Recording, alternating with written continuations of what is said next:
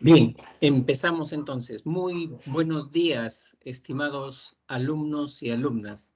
Reciban un cariñoso saludo del profesor Víctor Flores. Muy buenos días, Evelyn. Igualmente para Fátima, un abrazo. El día de hoy vamos a abordar el tema sobre afectividad y emociones. Y lógicamente también el tema sobre motivación. Más bien espero que les haya ido bien en el examen, chicos, el día domingo, ¿no?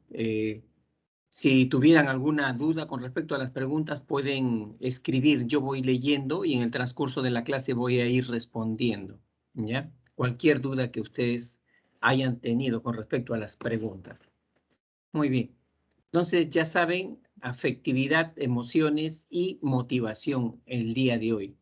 Cuando nosotros hablamos de las emociones, estamos hablando, chicos, de una energía, una fuerza, ¿no? Que nos mueve. Siempre las emociones nos mueven, y nos dan una sensación de agrado o desagrado. Por ejemplo, si hacemos una metáfora con una canción, la melodía vendría a ser la música, ¿no? La melodía, el ritmo, eso vendría a ser las emociones, la melodía, el ritmo.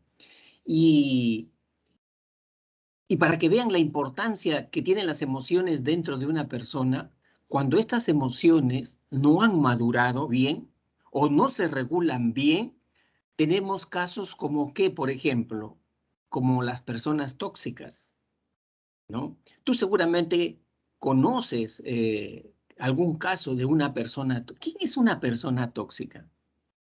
A ver, chicos, ¿quién es una persona tóxica? Tú seguramente has escuchado hablar, comentar, ¿no? Que ese es un tóxico, ella es una tóxica, ¿no? Este, no sé si tú has podido interactuar con una persona tóxica, ¿no? Una persona tóxica es una persona inmadura. Emocionalmente es una persona inmadura. No solamente inmadura, sino también es una persona egocéntrica, muy narcisista y también muy manipuladora, bastante manipuladora, ¿no? Es una persona cargada de frustración, es una persona cargada de celos, de envidia, ¿no?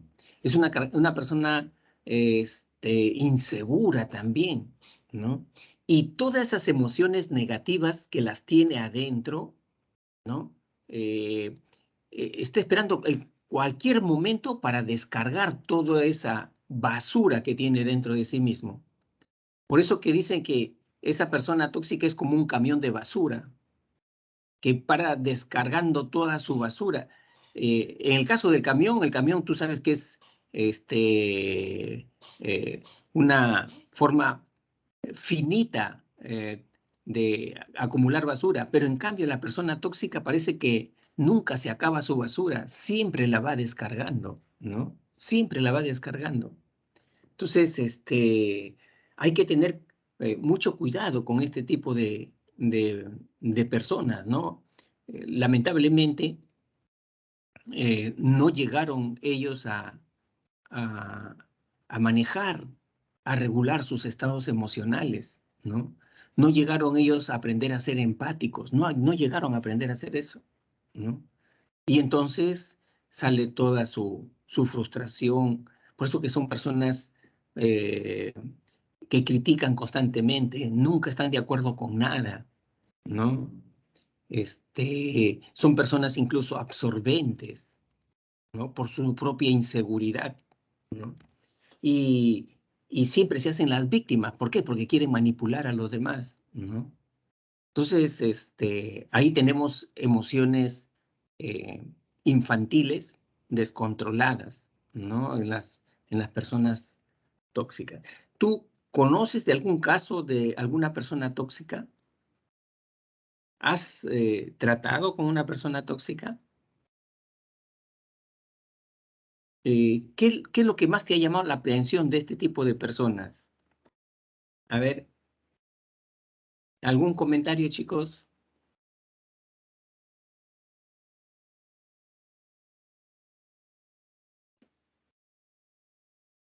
A ver, ¿algún comentario?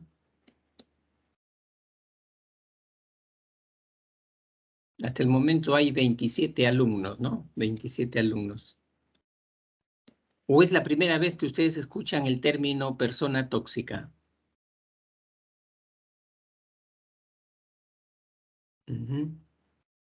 ¿O no se animan todavía a comentar?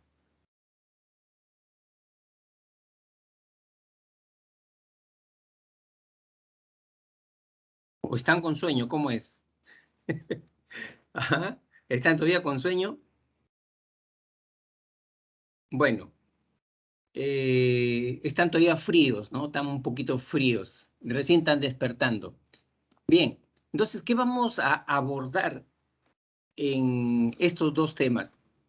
En el primer tema, la definición de afectividad, emoción y sentimientos. ¿Cuáles son las funciones de las emociones? Los componentes de las emociones. ¿Dónde se procesan las emociones en el cerebro? ¿No?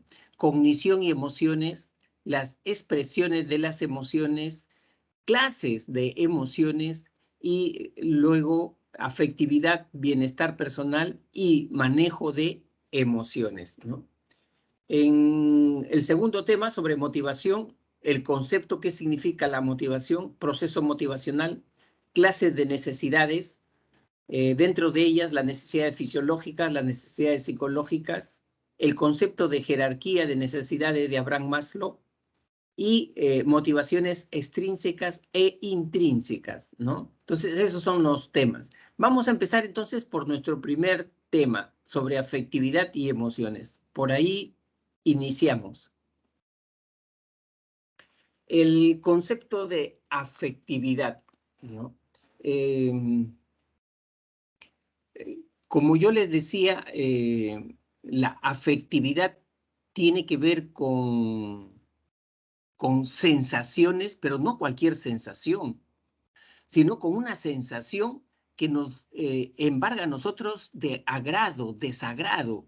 Es decir, cuando tú miras, por ejemplo, entras a tu dormitorio, miras el foco para ver si está prendido o apagado, ¿no? Está en plena luz del día. Ahí tú tienes una sensación, una reacción neutral, ¿no? Pero si tú estás en un plan de ahorrador, ¿no? Y tú ves que en plena luz del día la luz está prendida y entonces te incomoda porque esa luz está prendida, debemos de ahorrar ya que ha subido la luz. En ese momento no es una simple sensación. En ese momento, cuando tú la cargas, ¿no? De un contenido, de un tono desagradable a lo que estás sintiendo, ya ahí estamos hablando de una reacción afectiva. Por eso que las reacciones afectivas, estimados alumnos, tienen dos dimensiones. Todas las reacciones afectivas tienen dos dimensiones. Tienen una valencia, ¿no? Tienen una valencia, vamos a ver acá. Ahí está, tienen una valencia porque nos genera una sensación de agrado o desagrado, ¿no? De aceptación o de rechazo. Eh, y también nos genera una intensidad. Quiere decir que todas las reacciones afectivas tienen niveles de intensidad, alta o baja, ¿no? Por ejemplo, cuando yo siento miedo, pero mi miedo es extremo, mi miedo es muy alto, ¿cómo le llamaría yo a ese miedo? A ver, yo tengo miedo, pero mi miedo es extremo. ¿Cómo le llamaría a ese miedo extremo? A ver, chicos, ¿alguna idea? Miren, eh, ya, muy bien. Isabel dice fobia.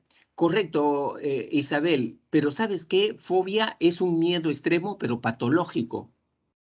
Es patológico.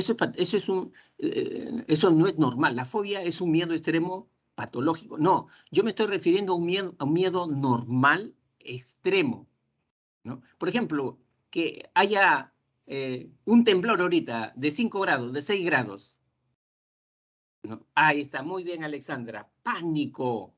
pánico, muy bien, Vanessa, ¿no, Catherine? Pánico, terror, ¿no? Ahora, ese mismo miedo, cuando se expresa a un nivel muy bajo, bajito, que no nos perturba, y yo lo siento a ese miedo, ¿cómo yo le llamaría?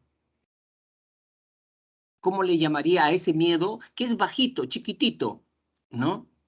Que no me perturba, pero lo estoy sintiendo, lo estoy sintiendo. ¿Cómo le llamaría? Dicen, estimados alumnos, que las personas que son eh, emocionalmente inteligentes, esas personas que saben dominar sus estados emocionales, son aquellas personas que conocen, saben identificar sus emociones, ¿no? Las reconocen, las nombran, las designan, las identifican. ¿Quiénes son las personas que son descontroladas? ¿Quiénes son las personas impulsivas? Son aquellas personas que no saben lo que están sintiendo, no le ponen un nombre a lo que están sintiendo. Ponerle un nombre a lo que yo estoy sintiendo es el primer paso para manejar tus estados emocionales, ¿no? Entonces, seguimos. Miedo pequeñito. ¿Cómo le llamarías a esa emoción que es miedo pequeñito?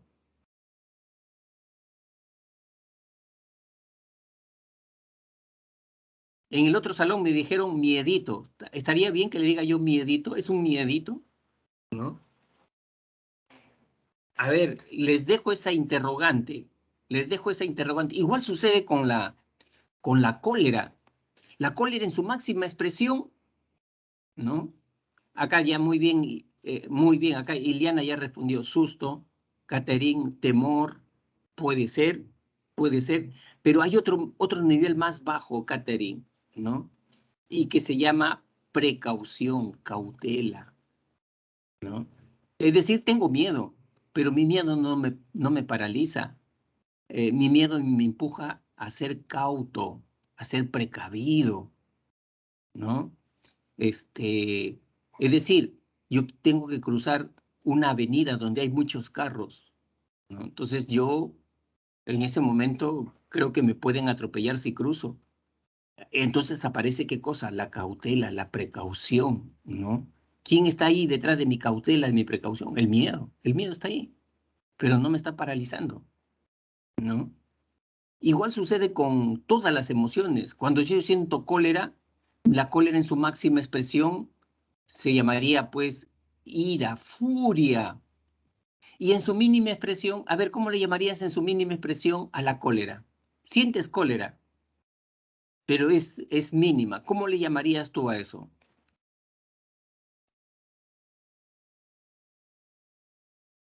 Yo sé que tú has pasado por esos momentos emocionales, ¿no? Entonces tienes que saber reconocer esos momentos y ponerles un nombre, ¿no? Ahí está, ¿no es cierto, Mirko? Excelente. Molestia, es una molestia, simplemente no es una molestia. Efectivamente. Entonces, la afectividad tiene estas dos dimensiones, chicos. Tiene una dimensión que tiene que ver con la valencia y con la intensidad. Por eso que hay diferentes tipos de estados afectivos, ¿no? Y hay que reconocerlo cuando yo lo estoy experimentando. O sea, ¿cómo no puede ser posible que yo no pueda reconocer cuándo es un estado de ánimo, cuándo es una pasión, cuándo es un sentimiento? ¿No? Yo tengo que reconocer lo que yo experimento. Y acá lo vamos a ver.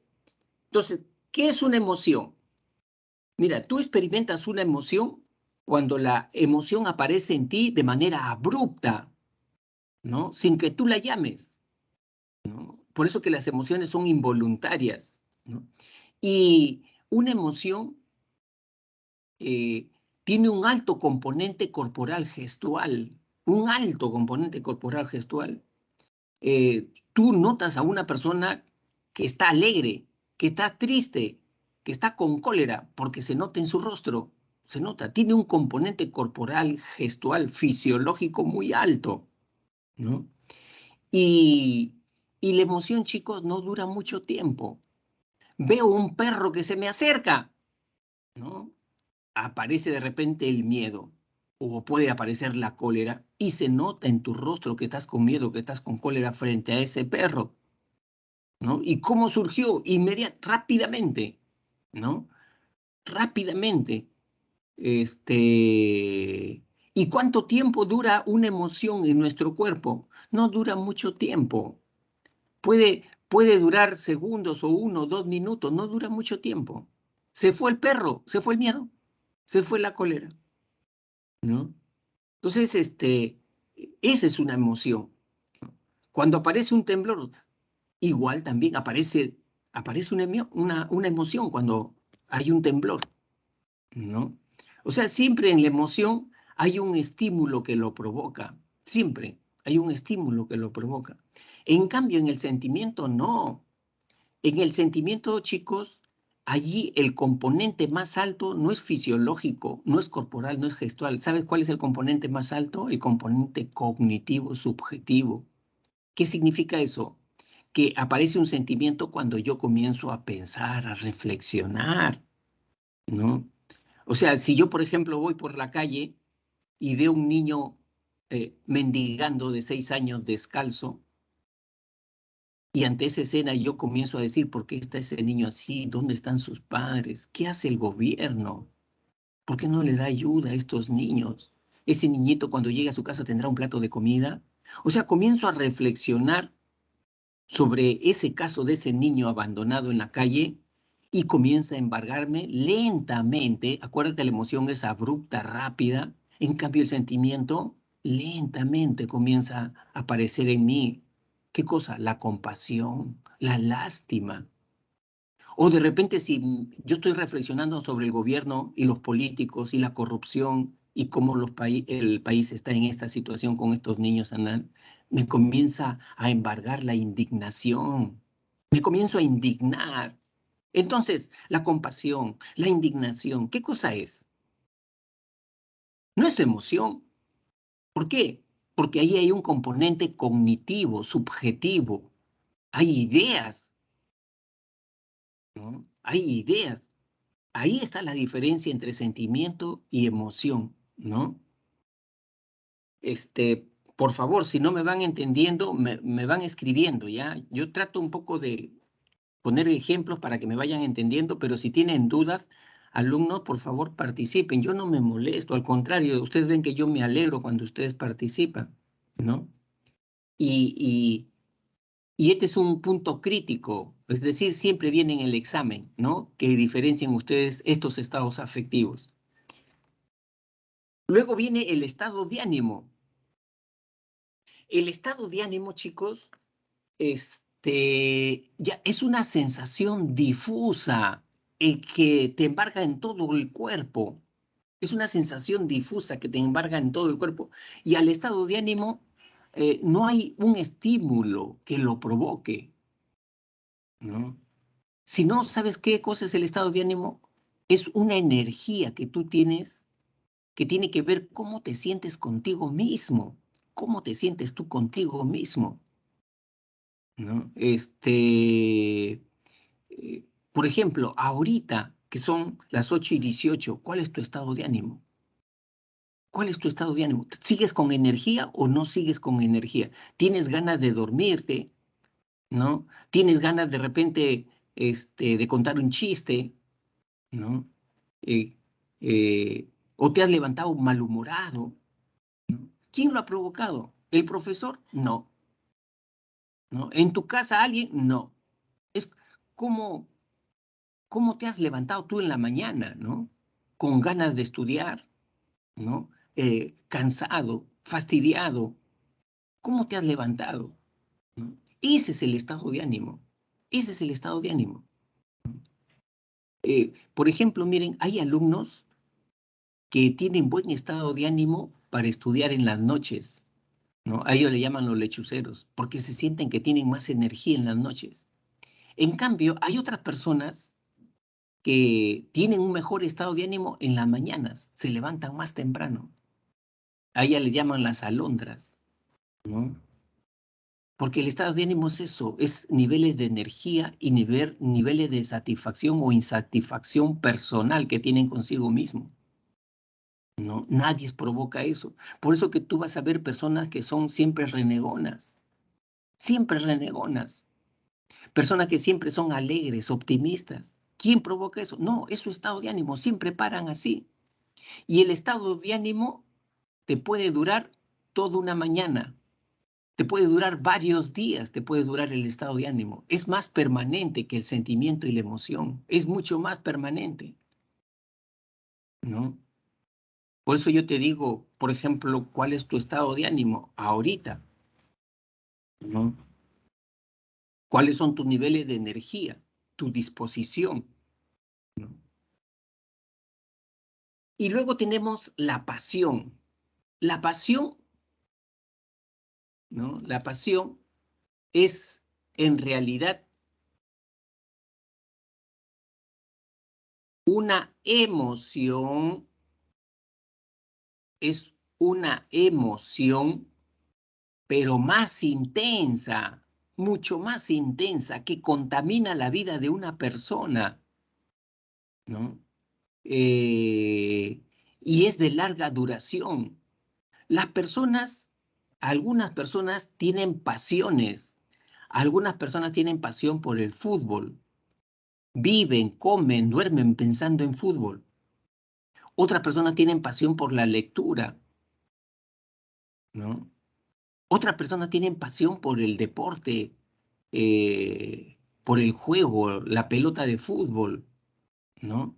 Pueden estar ahí horas y horas jugando y no se cansan, pierden la noción del tiempo, se olvidan hasta de comer por estar haciendo la actividad objeto de su pasión, ¿no? Recordarán ustedes que para el Mundial, ¿no? Este último Mundial de Rusia de fútbol, acá, después de 30 años, Perú participaba en un Mundial, ¿no? Y había gente que era tan apasionada que dejaba su trabajo, vendía su casa para irse al Mundial, ¿no? Esa es pasión, una emoción intensa, de larga duración. Tú seguramente tienes una pasión, ¿no? ¿Qué es lo que te encanta hacer, ¿no? ¿Qué es lo que más te encanta hacer, ¿no?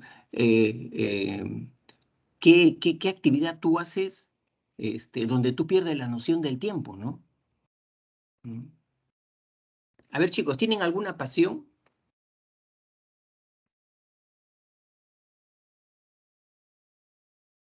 ¿Alguna pasión que tengan?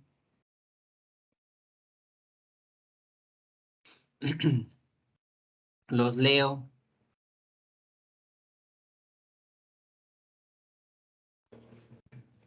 Ahí está, Yasmín, escribir, ¿no?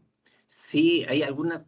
Mira, Yasmín, yo me recuerdo mucho la anécdota que contaba Plinio Esquirla, un escritor colombiano, sobre su amigo Gabriel García Márquez. Dice que cuando ellos eran jovencitos, 17, 18 años, los dos, Plinio Esquirla y Gabriel García Márquez, se fueron a París, un poco a alimentarse, a beber de la cultura europea. Y se fueron con las justas, dice que se fueron con las justas. Y Plinio Esquirla dice, mira, yo reconozco que yo soy un escritor aficionado, pero Gabriel García Márquez es un escritor apasionado, decía. Pero ¿por qué dices tú que Gabriel García Márquez es un escritor apasionado? Porque cuando nosotros llegamos a París y éramos jóvenes, vivíamos en cuarto alquilado, y yo podía estar leyendo o escribiendo, pero me demora, o sea, solamente duraba una semana haciendo eso. Después ya nos faltaba comida. Yo tenía que salir a buscar comida, a trabajar. En cambio, Gabriel García Márquez podía estar una semana sin comer, ¿no? Y hasta sin dormir, y escribiendo, escribiendo, escribiendo. ¿Por qué? Porque él sí era un escritor apasionado, decía, de su trabajo, ¿no? O sea, era una persona intensa en la escritura, ¿no? Ese es el comentario, Yasmín, en relación a tu pasión también. En el caso de Javier es leer. Muy bien, Javier, excelente, ¿no? Qué lindo, ¿no? Lo otro también es el dibujo, ¿no? En el caso de, de Javier Benetre, ¿no? Pintar acuarelas. Y no lo dejes, Isabel Madalengoita, no dejes de pintar siempre, ¿no? Ustedes están sometidos a mucha presión en la preparación, ¿no? Entonces, esa pasión es como una catarsis, es como un desfogue a todas las situaciones o vivencias de frustración que uno pueda tener en su preparación, ¿no? Es un poco balancear nuestro estado de ánimo. Tenemos que tener un buen estado de ánimo para prepararnos, ¿no? Para que nos siga dando esa fuerza. Porque las reacciones afectivas todos son una fuerza, una energía, ¿no? ¿Ya? Bien, acuérdense, acá viene una pregunta para este tercer examen de este punto, ¿ya? Ahora, ¿cuáles son las funciones? ¿Qué función tienen las emociones, ¿no? Las emociones nos preparan para la acción, ¿no? Es decir, las emociones nos ayudan a la sobrevivencia, nos impelen a la acción, ¿no? Si no tuviéramos emociones, no podríamos vivir, chicos, no podríamos vivir, ¿no? Por eso que emoción etimológicamente viene de un término latino emovere, o sea, al movimiento, nos impulsa al movimiento, ¿no? Y lógicamente regula nuestro comportamiento, ¿no? Da forma a nuestro comportamiento futuro, ¿no? Cuando yo tengo miedo, una persona ya sabe cómo puede reaccionar una persona con miedo, ¿no? ¿Qué cosa va a hacer con una persona con miedo? ¿No? Ya se sabe, cuando una persona está triste, ya se sabe cuál va a ser su reacción inmediatamente, esa persona que está triste. De repente se va a aislar, ¿no? Ya se va a aislar, ¿no? Y ayuda a regular la interacción social también. Si yo estoy triste, eh, ¿por qué aparece la tristeza en mí? La tristeza aparece en mí porque yo mi tristeza comienzo a pedir ayuda. Ya estoy mandando SOS a mi entorno. Entonces mi mamá, mi papá, ¿no? Miran mi semblante, ¿qué te pasa? ¿Qué necesitas? ¿Por qué estás así? Las emociones tienen esa función, ¿no? Tienen esa función. Ayuda a regular la interacción social, ¿no? Ahora, ¿cuáles son los componentes de las emociones? Miren, estimados alumnos, las emociones tienen tres dimensiones. Tres dimensiones. Se le llama un componente cognitivo subjetivo, así se le llama, cognitivo subjetivo. Después tiene un componente conductual físico, conductual, ¿no? Conductual expresivo, conductual expresivo, y un componente adaptativo fisiológico, ¿ya? O sea, son esos tres componentes que tienen las emociones. A ver, ¿qué es el componente cognitivo subjetivo? Son las emociones, perdón, son las ideas, las creencias, los pensamientos que una emoción siempre tiene. Una emoción es como un espiral, es como un torbellino que también carga ideas, pensamientos, creencias, ¿no? Por ejemplo, si yo comienzo a sentir cólera, ¿sabes por qué comienzo a sentir cólera? Porque estoy pensando en situaciones de injusticia. Es decir, comienzo a decir, mira, pese a que lo apoyé a Carlos, yo pensaba que era mi amigo, pero en realidad no se está portando como un amigo, ¿no? Y yo lo he ayudado y mira qué injusto que es, ¿no? Ya no lo voy a volver a ayudar y me comienza a entrar la indignación, ¿no? Eh, entonces, en todas las emociones siempre hay un componente cognitivo subjetivo, ¿no? Me entra el miedo cuando yo digo, mira, no me he preparado y este examen es completamente difícil, ¿no? Este examen me va a aplastar, ¿no? Este examen eh, me va a bajar tremendamente los puntos, ¿no? Y comienza a aparecer el temor, el miedo, ¿no?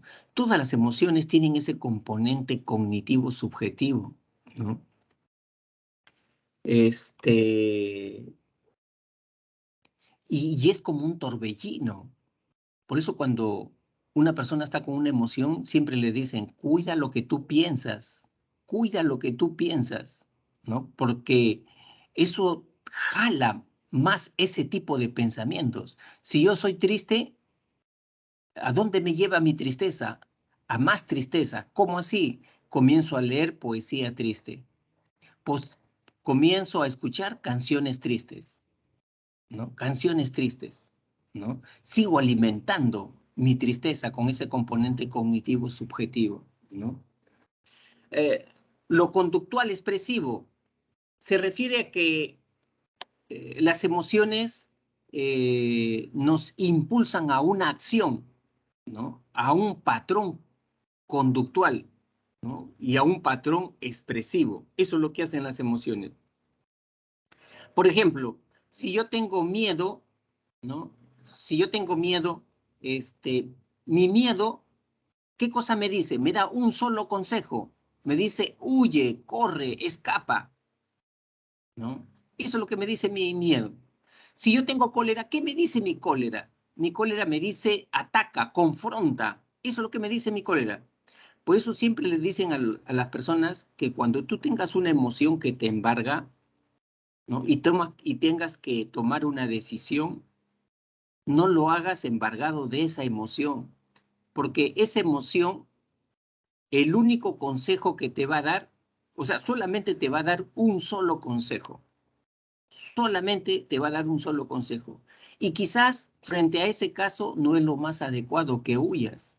Quizás frente a ese caso no es lo más adecuado que tú confrontes, que tú ataques, ¿no? Entonces, ¿por qué? Porque todas las emociones tienen un patrón conductual, ¿no? Todas tienen. Cuando yo me siento triste, también. ¿Qué cosa hago cuando yo me siento triste? Me aíslo, me aparto, ¿no? Y se nota en mi rostro. Por eso que tiene ese componente conductual expresivo. Las personas, por ejemplo, que están tristes, tú sabes que está triste, ¿por qué? Porque le miras a sus ojos y sus ojos, su mirada está opaca, está bien opaca, ¿no? Parece que tuvieran una nube ahí, un lente bien opaco. En cambio, tú sabes que esa persona está alegre porque sus ojos le brillan, la pupila le brilla, ¿no? Eh, las comisuras de los labios, cómo se levantan cuando uno está alegre. Cuando uno está triste, se bajan las comisuras de los labios, ¿no? ¿Por qué? Porque todas las emociones tienen un componente conductual expresivo. Tú has visto las personas amargas, renegonas, ¿no? Incluso, miren chicos, cuando una persona permanentemente tiene una emoción en su corazón, esa emoción la sella en la cara, la sella. O sea, es esa persona que siempre experimenta esa misma emoción, siempre. Y parece mentira que es como un sello en la cara. Por ejemplo, las personas que están alegres, optimistas, tú sabes que esa persona es alegre, optimista, porque siempre le notas allí que en sus mejillas tiene un hoyuelo, un huequito, de lo que se para riendo. Le dices A, se ríe. Le dices B, también se ríe. De todo se ríe, ¿no? Las personas que están amargas, coléricas, que reniegan de todo, tú lo puedes ver en el rostro. Se forman, por ejemplo, pliegues en la frente, así. O sea, frunce la frente, ¿no? Y cuando ya tiene pliegues acá, o entre ceja y ceja tiene unos pliegues, ¿no? Tú dices, esta persona es renegona, es renegona. ¿Por qué? Porque la emoción los marca, la emoción los marca. Ese es el componente conductual expresivo. Y luego tenemos el otro componente, el conductual fisiológico, perdón, el adaptativo fisiológico. Cuando experimentamos una emoción, nuestro cuerpo participa de esa emoción, ¿no? Es decir, participan todos nuestros órganos, ¿no? Por el sistema nervioso autónomo. Con el sistema nervioso autónomo se activan todos los órganos internos. Mi corazón palpita, ¿no? Mi estómago comienza a tener movimientos peristálticos, ¿no? Mi cuerpo se enfría, o se eleva la temperatura de mi cuerpo, ¿no? Hay reacciones fisiológicas. Miren, qué importantes son las emociones, chicos. ¿Por qué? Porque nos ayudan a la supervivencia, a la adaptación. Mi miedo, cuando yo siento miedo, mi miedo me dice, comienza uno a correr, ¿no? Y dentro de mi organismo, mi corazón comienza a palpitar con fuerza y comienza a bombear sangre más. ¿Dónde? A las piernas, a los pies. La poca sangre que está en mi cabeza, ¿no? O en mi parte superior de mi cuerpo, la sigue bajando el organismo para llevarla a los pies. ¿Para qué? Para correr, para huir del peligro. Y el cortisol, está invadido todo mi cuerpo de cortisol. Y el cortisol hace que, por ejemplo, tú no sientas dolor, tú no sientas cansancio cuando estás con miedo. Ese perro bravo que te está siguiendo, ese asaltante que te está siguiendo, tú comienzas a correr. Ahí te vuelves maratonista, ¿no? Incluso saltas vallas. Antes no podías saltar de repente ni medio metro. Ahora saltas una valla de 1 metro, te la saltas fácilmente. ¿Quién está haciendo eso? El miedo. El miedo está produciendo modificaciones en tu organismo, ¿no? Incluso te puedes cortar de repente el talón. No sangras. Parece increíble, no sangras, no sientes dolor. ¿Quién está produciendo todo eso? El miedo, supervivencia. Así son las emociones. ¿Ya? Bien. ¿Dónde se procesan las emociones? ¿Dónde se procesan? ¿En qué parte del cerebro? Miren, las emociones se procesan en un cerebro que se llama el sistema límbico. El sistema límbico son estas. Limbus significa borde, el borde del cerebro interno. Todas estas estructuras que están, ¿no?, en forma de curvatura, ¿no?, lo componen el sistema límbico. El sistema límbico se le llama el cerebro de los mamíferos, porque compartimos este cerebro con todos los mamíferos. Y también se le llama el cerebro emocional, también se le llama, ¿no? Y ahí tenemos al hipotálamo, ¿no? Tenemos al hipotálamo. ¿De qué se encarga el hipotálamo? Manda las señales para controlar y activar el sistema nervioso autónomo, su rama simpática. Acuérdense, la rama simpática, la que activa, la que estimula, la que hace que mi corazón palpite con fuerza, ¿no? Entonces se produce la activación fisiológica. El hipocampo, esta parte de acá, ¿no? Acuérdate, el hipocampo almacena información emocional, todo lo que sea información emocional. Por ejemplo, tu primer día de clases, tu despedida, ¿no? Ese abrazo por Navidad se almacena en el hipocampo, ¿no? Eh, y la vedette, la estrella de todo el sistema límbico en emociones, ¿cómo se llama? La amígdala cerebral. La amígdala cerebral que está acá, ¿no? Que tenemos, acuérdense, dos amígdalas, dos hipocampos, ¿no? Es aquella que permite el procesamiento de la vida emocional. ¿Por qué yo tengo miedo? ¿Por qué tengo cólera? Porque tengo amígdala cerebral. Si a mí me seccionan, me cortan la amígdala cerebral, yo sería un robot. Ya no sentiría miedo, no sentiría cólera tampoco, ¿no? La amígdala es la que procesa la vivencia emocional, ¿no? Y ayuda a formar los recuerdos, ¿no? Ayuda a formar los recuerdos. Eso es lo que hace la amígdala. Pero acuérdense que aparte del sistema límbico hay un sistema nervioso autónomo, ¿no? El sistema nervioso autónomo. Entonces, de acá, el hipotálamo regula,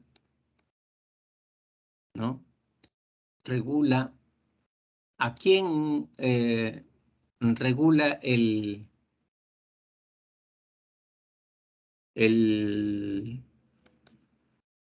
hipotálamo? Regula al sistema nervioso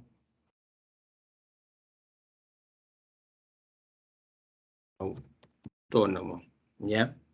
Por eso, como les decía, cuando yo tengo una emoción, todo mi cuerpo vibra, todo mi cuerpo participa por el sistema nervioso autónomo, ¿no? Acá me dice Isabel, ¿alguien tiene la diapositiva anterior? A ver, tómale captura de pantalla, Isabel, a la anterior, ¿ya? Ahí está. Tómale una captura de pantalla. Mm. ¿Ya? Ya, perfecto. Pero, chicos, las emociones no están a libre albedrío del sistema límbico, ¿no? A las emociones hay que regularlas, a las emociones hay que canalizarlas, hay que dirigirlas. ¿Y quién hace esa labor? El córtex prefrontal. Este es el que hace esa labor, el córtex prefrontal, ¿no? Entonces, por eso que al córtex prefrontal, ¿sabes cómo se le ha llamado con una metáfora? Es el gerente emocional, el que administra las emociones. O sea, si yo estoy contento, no me voy a subir a la silla a expresar mi alegría, ¿no? Si yo estoy triste, no me quiero meter de frente a las llantas de un carro ya, ¿no? Estoy con una depresión de meterme de frente a las llantas de un carro, ¿no? No están a libre albedrío las emociones. Para eso existe otra estructura, que es el córtex prefrontal. Esta parte de acá, miren, toda esta parte de acá, ¿no? Es el córtex prefrontal. Y acá se regula las emociones. El córtex prefrontal te dice, mira, ¿sabes qué? Ahorita no es bueno que tú expreses tu miedo, que expreses tu tristeza. No es el momento oportuno que tú lo expreses. Mira, ahora con esa persona no es la indicada para que tú expreses esa emoción. Eso te está diciendo el córtex prefrontal. Y otra cosa que te dice, mira, tu miedo tienes que expresarlo de esta manera, no tan fuerte. Tu cólera no tan bajita, ni tan extrema. O sea, te está dando pautas el córtex prefrontal de cómo tú debes manejar tus emociones, ¿no? Entonces, es importante esta estructura. Profesor, Sí, buenos días. sí, buenos días. Lo que acaba de decir del córtex prefrontal, ¿ese conocimiento viene de la experiencia o es innato? Allá. Mira, si dice que hay una edad crítica para desarrollar esta relación porque son conexiones, vías neuronales del córtex prefrontal al sistema límbico, bastantes vías, ¿no? Del córtex. Hay una edad crítica para empezar la regulación de las emociones. ¿Qué edad es esa? La adolescencia. La adolescencia. Si durante la adolescencia, mis 12 años, 13, 14, 15, 16 años, yo no he tenido experiencias de regular mis emociones, ¿no? De dirigir, de canalizar mis emociones adecuadamente, entonces de adulto, ¿yo cómo voy a ser? Yo voy a ser una persona impulsiva, voy a ser una persona de repente también voluble, inconstante, voy a ser una persona súper sensible, ¿no? ¿Por qué? Porque no he tenido experiencias de regulación de mis estados emocionales, ¿no? Entonces, la etapa en la cual ustedes se encuentran es una etapa crítica para empezar con esas experiencias, ¿no? Si no lo hago, ¿por qué creen ustedes que después aparecen la inmadurez emocional, ¿no? ¿Por qué aparecen las personas bipolares? Justamente porque desaprovecharon esta etapa crítica de la adolescencia, ¿no? En establecer Que vías, conexiones entre... viene la experiencia, ¿Perdón? viene la experiencia en controlar las Claro, emociones. claro, claro. O sea, de adolescentes, manejaron la frustración, manejaron la decepción y no sintieron miedo frente a eso, a la decepción, a la frustración, no sintieron miedo, no sintieron pánico, ¿no? La manejaron. Bien, miren, alumnos, muchas gracias por la pregunta. A la emoción lo explican dos, dos enfoques, dos enfoques. El enfoque cognitivo, este es uno, el enfoque cognitivo, por eso está como cognición y emoción, ¿no? Y también el enfoque evolutivo. En su cuadernillo, el enfoque evolutivo de Charles Darwin está como expresión de las emociones. O sea, hay dos enfoques para explicar las emociones. Empezamos con el enfoque cognitivo. El enfoque cognitivo dice que una emoción, cualquier emoción, es producto siempre, ¿no?, de una interpretación. ¿Por qué yo siento miedo? Porque estoy interpretando que esa situación es una amenaza y me va a tapar a mí, me va a sepultar a mí, ¿no? O me va a desvalorizar a mí, ¿no? ¿Y por qué? Producto de esa interpretación que yo estoy haciendo de esa situación, ¿no? Va a aparecer, lógicamente, mi miedo. Va a aparecer mi miedo. ¿Por qué siento cólera? Siento cólera porque estoy interpretando que esa situación es una situación de injusticia que se está cometiendo contra mí. Hay una situación de injusticia. Y por eso entonces yo siento cólera, rabia, ¿no? Se están aprovechando de mí. Y personas que no deberían de hacer eso, ¿no? Entonces, el enfoque cognitivo dice que toda emoción es producto de una valoración cognitiva, producto de una interpretación, ¿no?, de las situaciones. ¿Por qué siento miedo en el examen? Siento miedo en el examen porque estoy interpretando que no tengo los recursos para enfrentarme a ese examen. No tengo los recursos. O que ese examen va a venir muy difícil. Entonces aparece el miedo, ¿no? Ese es el concepto del enfoque cognitivo, ¿ya? Ahora, dentro del enfoque cognitivo, chicos, hay dos teorías. La teoría de Schachter y la teoría de Lazarus. Hay dos teorías cognitivas. Vamos a diferenciarlas, ¿ya? ¿Qué cosa dice Schachter? Schachter dice que una emoción es producto de una doble valoración. Hay una doble valoración. ¿Cuáles son ellas? Primero, el sujeto evalúa los cambios fisiológicos en su cuerpo, ¿no? Los cambios fisiológicos. Pero también hace una interpretación cognitiva, ¿no? Por ejemplo, si yo veo un perro que se me acerca, yo noto en mi cuerpo, ¿qué estoy sintiendo? Estoy sintiendo que el corazón me palpita, estoy sintiendo que la temperatura de mi cuerpo se está bajando, me vuelvo frío, la mano me suda, ¿no? Y a la vez interpreto como que ese perro se me está acercando, no en términos de buenos amigos, sino de manera amenazante, ¿no? Entonces, cuando se juntan estas dos evaluaciones, ¿qué va a aparecer allí? Va a aparecer el miedo, va a aparecer el temor, ¿no? El temor. Pero de repente, si yo noto que en mi cuerpo se eleva la temperatura, mi respiración se agita, ¿no? Mi respiración se agita, la sangre de mi cuerpo se sube a la cabeza, se sube, siento que la sangre sube a la cabeza. ¿Qué cosa está apareciendo en mí? Cólera, rabia, ¿no? Está apareciendo frente a ese perro que me quiere atacar. A mí todavía me quiere atacar ese perro, a mí.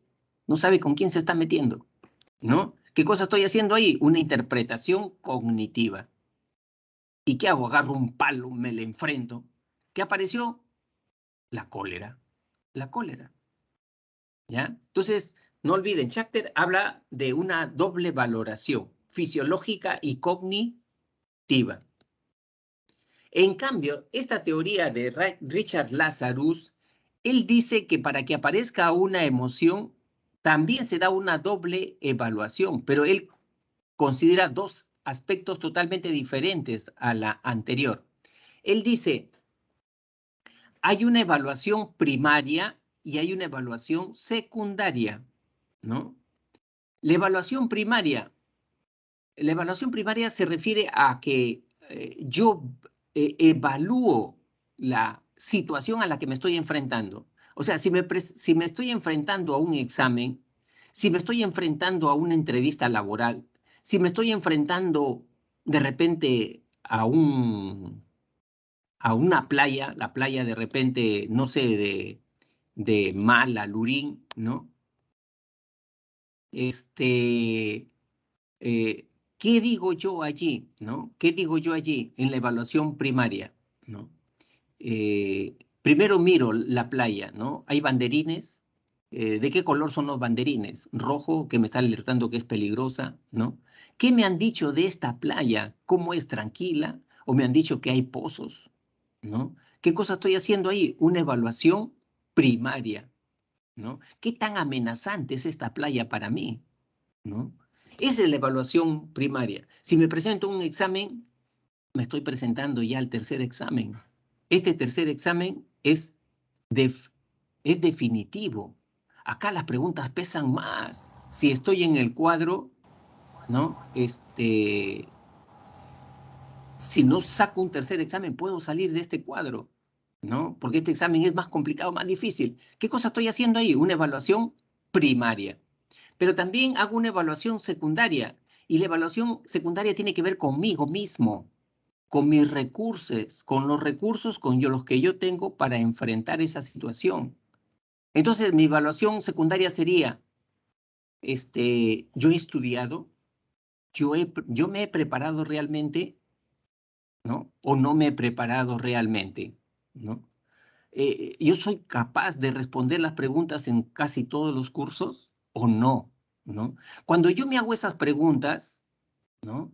Ahí, ¿qué cosa estoy haciendo? Una evaluación secundaria. Si estoy frente al mar, ¿no? Frente a esa playa, yo sé nadar, ¿no? Si una ola me revuelca ahí, yo ya sé cómo reaccionar cuando me revuelca a mí una ola. Si hay un pozo, yo sé cómo salir de ese pozo. ¿Qué cosa estoy haciendo allí? Una evaluación secundaria. La evaluación secundaria tiene que ver con la evaluación de los recursos de afronte, de mis capacidades, de mis habilidades, de mi pericia. Esa es la evaluación. Y entonces cuando yo junto estas dos evaluaciones, dice Lazarus, aparece ahí una emoción. ¿Qué aparece ahí? El coraje en la playa. Me lanzo a la playa. No, no me importa.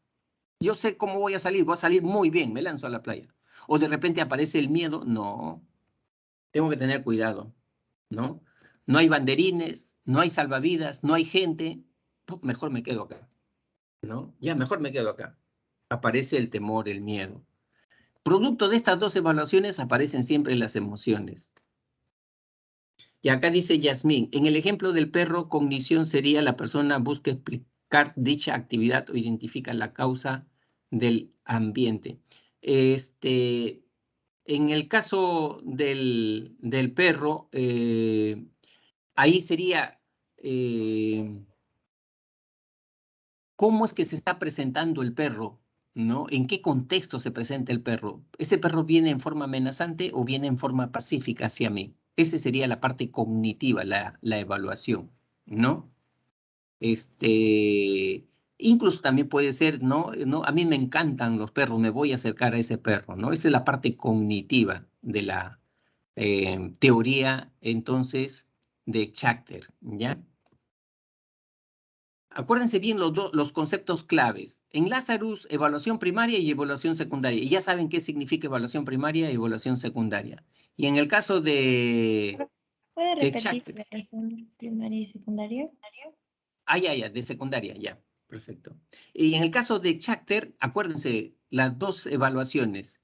Lo que ocurre dentro de mi cuerpo, lo fisiológico, pero también igual mi interpretación, mis ideas en relación a ese evento, ¿no?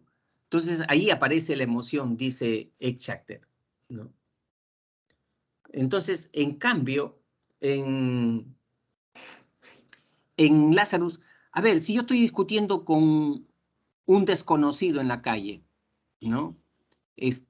Lo que me pasó a mí, miren chicos, lo que me pasó a mí, yo regresaba de una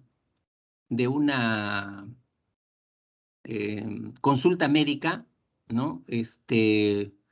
Por un problema X, y estaba en el paradero, yo vivo acá en Comas, esperando mi metropolitano, ¿no? Un alimentador del metropolitano para regresarme a mi casa. Yo vivo acá en Santa Luzmila, Comas, y estaba solo en el paradero del metropolitano y vino un muchacho de aproximadamente 25 años, sin que yo le haga nada, pero parecía que estaba fumado. Me miró fijamente a los ojos y me dijo a mi cara, viejo. ¿no? Yo lo miré detenidamente a los ojos y él me dijo, viejo. O sea, no me decía de manera amistosa, ¿no? Sino por el tono, no despectivo. Entonces yo en ese momento, ¿qué cosa digo? Me está atacando, ¿no? Yo, miren, tengo 60 años, pero yo me considero fuerte. Yo soy capaz de, de responderle físicamente también, ¿no? No sé si él será un buen boxeador o no, pero de hacerle daño yo sí le hago daño, ¿no? Pero yo decía, vale la pena, vale la pena. Ahora, yo te pregunto, ¿dónde estaría la evaluación primaria y dónde estaría la evaluación secundaria en ese caso? A ver, chicos.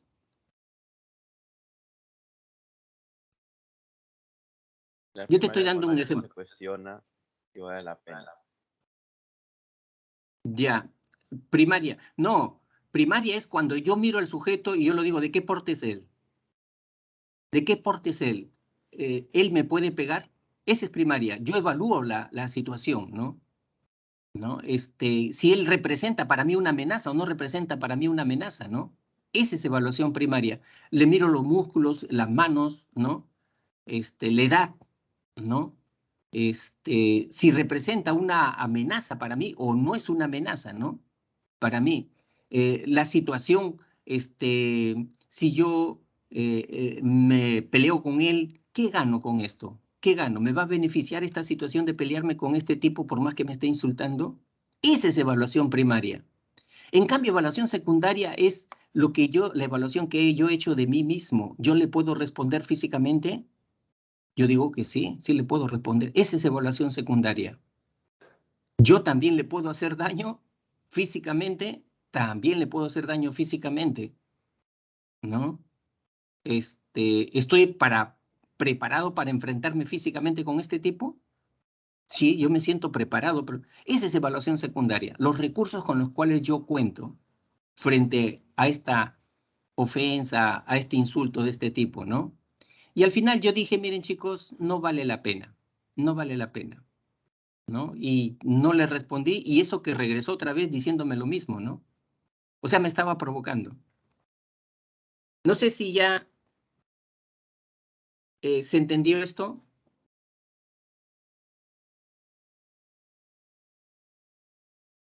¿O están más confundidos? ¿Cómo es? Profesor, pero ¿qué otra pregunta te harías en la evaluación secundaria aparte de lo que dijo si podía afrontarlo? Perdón. ¿Qué otra pregunta se podría hacer a uno mismo en la evaluación secundaria aparte de afrontar la situación? Ya, entonces hacemos una pregunta más al alcance de ustedes mismos, ¿no? El examen, este tercer examen, ¿no? ¿Con qué emoción ustedes irían a este examen? ¿Con qué emoción? ¿Con optimismo? ¿Con pesimismo? ¿Con preocupación? ¿Y cómo saldría ese pesimismo, esa preocupación, producto de esa doble evaluación? ¿Qué preguntas tendrían que hacerse para hacerse una evaluación secundaria? Tendrían que hacerse, a ver, ¿me he preparado, he estudiado, he aprendido todos los cursos o no? Yo, como alumno, ¿no? Yo podría decir no, podría decir sí, ¿no? Otra pregunta, como parte de la evaluación secundaria, ¿me siento capaz de enfrentarme a este examen? ¿Me siento capaz o no me siento capaz de enfrentarme a este tercer examen? ¿No? Si se me presenta una pregunta difícil, yo ya sé cómo responder a esa pregunta difícil que se me presenta en el examen. Eso es parte de la evaluación. Acuérdate, evaluación secundaria tiene que ver con evaluar mis recursos personales con los cuales me enfrento a esa situación. Esa es evaluación secundaria. ¿Ya? En cambio, evaluación primaria tendría que yo evaluar al examen mismo, al contexto, ¿no? Contexto. Tercer examen, las preguntas valen más. Esa es parte de la evaluación primaria. ¿Cómo vendrán las preguntas? ¿Fáciles o difíciles vendrán? ¿No? Esa es parte de la evaluación primaria. ¿Ya? Bien, entonces, no sé si está claro.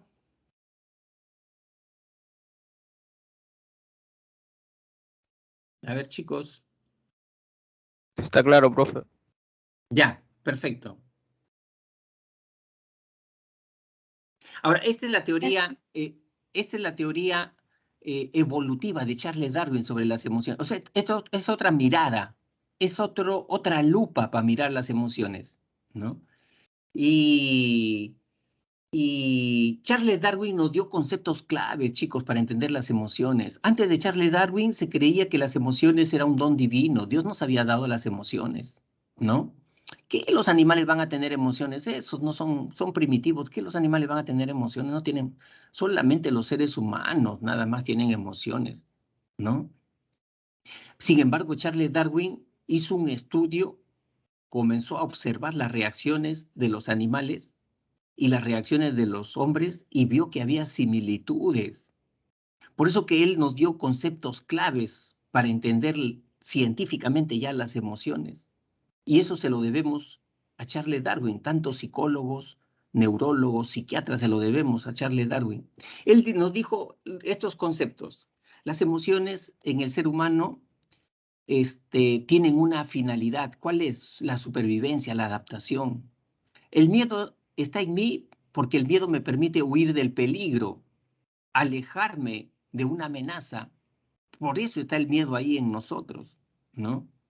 O sea, permite la supervivencia de la especie. Sin el miedo yo no podría vivir ni 24 horas. Sería una persona inconsciente.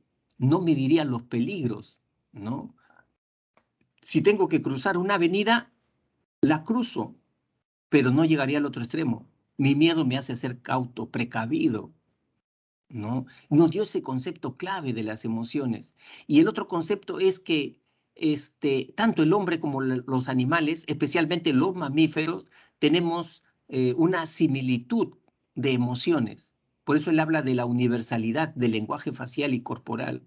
Porque él encontró, miren chicos, que las mismas expresiones emocionales se dan en el animal que en el hombre. El perro cuando está con cólera, ¿qué hace el perro cuando está con cólera? Mírales, fíjate en su mirada es fija, penetrante. En el ser humano también es fija, penetrante, ¿no? Dice que cuando el perro está con cólera, ensancha la nariz, la ensancha. En el caso del hombre también igualito, ¿no? El perro enseña los dientes, el hombre aprieta más bien los dientes, los aprieta cuando está con cólera, ¿no? O sea, hay similitudes. Y una persona que siguió la línea evolutiva de las emociones, Paul Ekman, él hizo una investigación transcultural. Es decir, se iba, por ejemplo, chicos, a culturas donde no había llegado la civilización, ¿no? En la Polinesia allá, y encontró que compartíamos las mismas expresiones gestuales que los hombres de nuestra cultura occidental, las mismas, ¿no? Y que podían ellos reconocer, sin haber conocido a un europeo o un americano, podrían reconocer que esa persona a través de los gestos estaba expresando miedo, estaba expresando alegría, ¿no? Podía reconocerlo. Por eso que ellos llegaron a la conclusión de que las emociones son innatas y tenemos las mismas emociones, independientemente de la cultura, ¿no? Tenemos las mismas emociones. Muy bien, esos son los conceptos claves. Por eso que la línea evolutiva de las emociones nos habla que existen dos clases de emociones, las emociones primarias o básicas y las emociones secundarias o sociales. Las emociones básicas son emociones innatas. Desde pequeñitos ya nacemos con estas emociones básicas. Nadie nos ha enseñado a expresarlas. A las primeras semanitas ya tenemos esas emociones. Y esas emociones están presentes en todas las personas de las diferentes culturas, sean japoneses, sean chipivos, sean rusos, ¿no? Y están asociadas a una expresión facial. Lo que varía es su intensidad, nada más. ¿Y cuáles son esas emociones básicas que están presentes en todas las personas? Incluso no solamente en las personas, sino también en los animales. ¿Por qué? Porque tenemos la similitud que tenemos sistema límbico. Los mamíferos tienen sistema límbico. Nosotros somos mamíferos. Entonces también tenemos esas mismas emociones. ¿Cuáles son? Las 4 que ustedes ya conocen: alegría, tristeza, ¿no? Miedo y cólera o enojo. Las 4 que ya ustedes conocen, y le agregan 2 más: el asco y la sorpresa, ¿no? El perro tiene asco, lógico que el perro también tiene asco, ¿no? También tiene asco. Entonces, esas son emociones innatas. Y las emociones secundarias o sociales son aquellas que son aprendidas en la interacción con otras personas, ¿no? Lo que nuestra cultura nos ha modelado, nuestra sociedad nos ha modelado, nuestra educación, nuestros padres, que nos han... A veces tenemos padres muy estrictos, muy represivos, y entonces nosotros aprendemos a sentir culpa, nosotros aprendemos a sentir vergüenza. ¿Todas las personas sienten culpa? ¿Todas las personas sienten vergüenza? No necesariamente, no necesariamente, ¿no? ¿Todas las personas sienten amor? No necesariamente, ¿no? ¿Todas las personas sienten ternura? No, no necesariamente, ¿no? ¿Por qué? Porque estas ya son aprendidas, son emociones aprendidas, son las emociones sociales, ¿no? Y ahí hay una cantidad también, ¿no? La compasión también, ¿no? Es una emoción social. ¿Todas las personas sienten compasión? No, todas las personas sienten compasión, ¿no? Yo me he dado cuenta, por ejemplo, que la religión influye mucho, especialmente la católica, en infundir culpa, ¿no? Bastante. ¿Por qué? Porque un poco forman las personas a estar sometidas a la palabra de quien dice que es el intérprete de la Biblia, que es intérprete del mensaje de Dios, ¿no? Y siempre, especialmente también en las religiones evangélicas, ¿no? En donde, por ejemplo, lo conciben al cuerpo como algo malo, pecaminoso, ¿no? Y no debes mostrar tu cuerpo, ¿no? Porque eso es el diablo, el demonio, Satanás, ¿no? Entonces ustedes ven a las mujeres evangélicas, ¿no? Que cubren todo su cuerpo, ¿no?